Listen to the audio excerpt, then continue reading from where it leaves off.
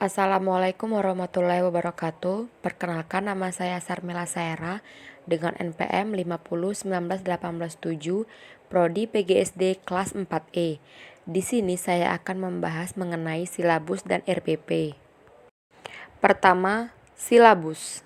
Silabus merupakan penjabaran standar kompetensi dan kompetensi dasar ke dalam materi pokok atau pembelajaran, kegiatan pembelajaran, dan indikator pencapaian kompetensi untuk penilaian.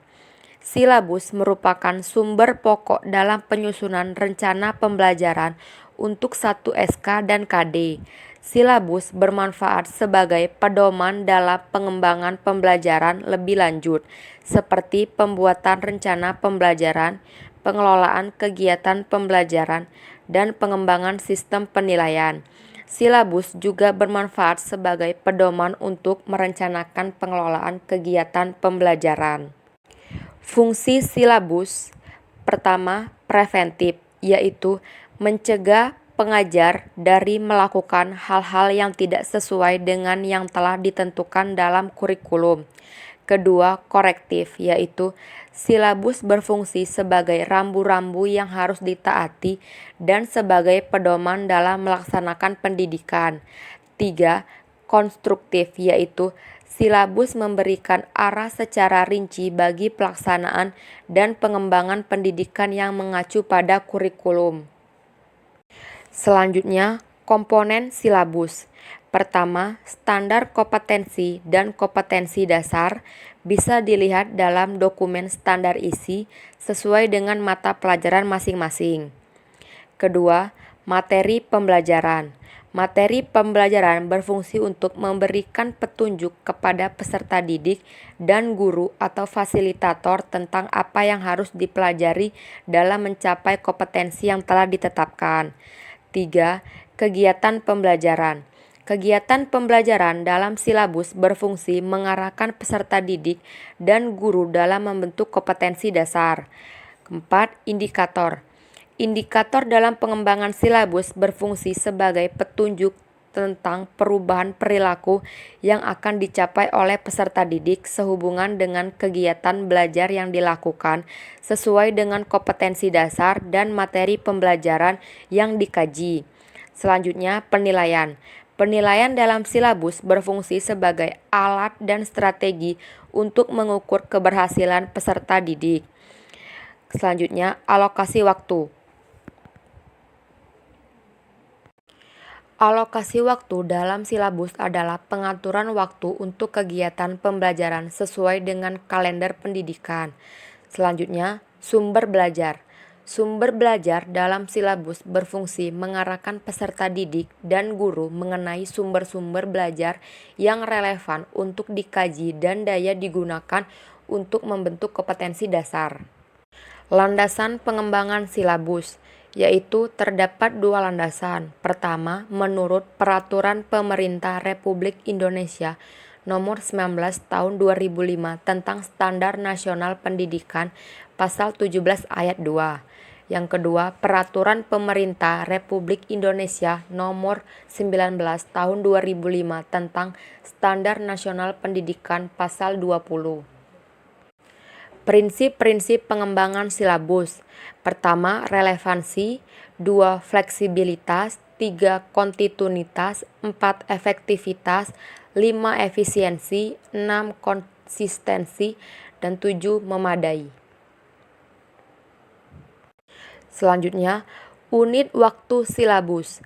Silabus mata pelajaran disusun berdasarkan seluruh alokasi waktu yang disediakan untuk mata pelajaran selama penyelenggaraan pendidikan di satuan pendidikan.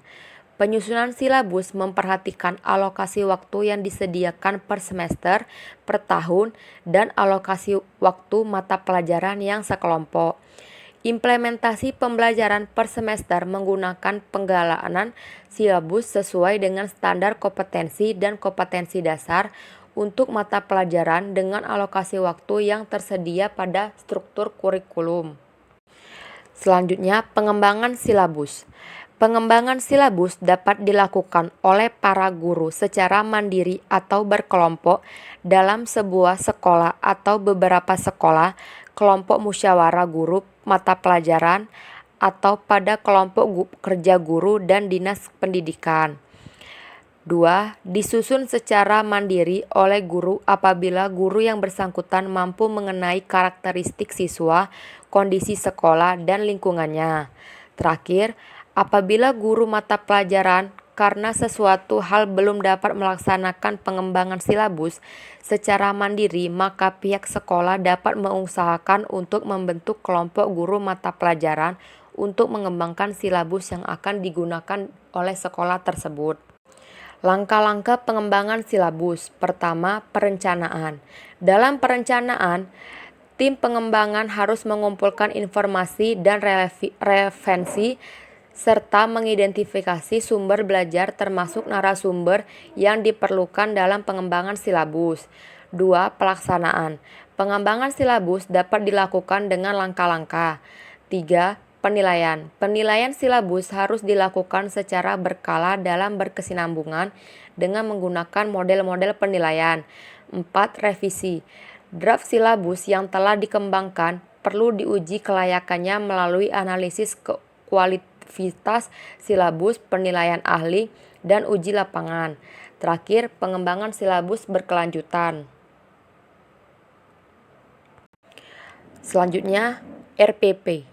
Pengertian RPP.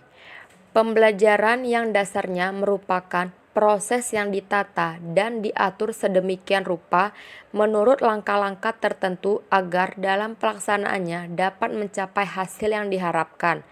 Peraturan tersebut dituangkan dalam bentuk perencanaan pembelajaran. Setiap perencanaan selalu berkenan dengan perkiraan atau proyeksi mengenai apa yang diperlukan dan apa yang akan dilakukan. Landasan RPP. Menurut Peraturan Pemerintahan Republik Indonesia Nomor 19 Tahun 2005 tentang Standar Nasional Pendidikan Pasal 20. Komponen RPP yaitu 1. Kolom identitas mata pelajaran, 2. Standar kompetensi, 3. Kompetensi dasar, 4. Indikator pencapaian kompetensi, 5. Tujuan pembelajaran, 6. Materi ajar atau materi pokok, 7. Alokasi waktu, 8. Metode pembelajaran, 9. Kegiatan pembelajaran, 10. Penilaian, dan 11. Sumber belajar. Prinsip-prinsip penyusunan RPP. Secara praktis, dalam penyusunan RPP, seseorang guru harus sesudah menguasai bagaimana penjabaran kompetensi dasar menjadi indikator, bagaimana dalam memilih materi pembelajaran yang sesuai dengan kompetensi dasar, bagaimana memilih alternatif metode mengajar yang dianggap paling sesuai untuk mencapai kompetensi dasar, dan bagaimana mengembangkan evaluasi proses dan hasil belajar.